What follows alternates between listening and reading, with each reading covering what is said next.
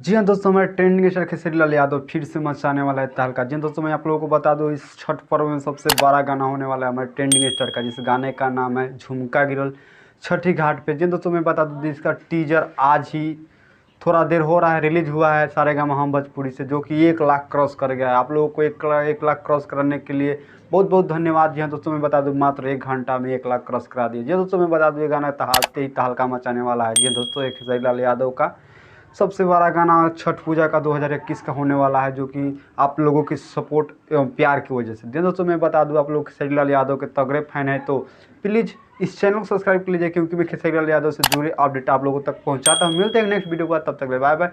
अभी तक वीडियो अच्छा लगा हो तो वीडियो को लाइक कर दीजिए, अपने दोस्तों में शेयर कर दीजिएगा।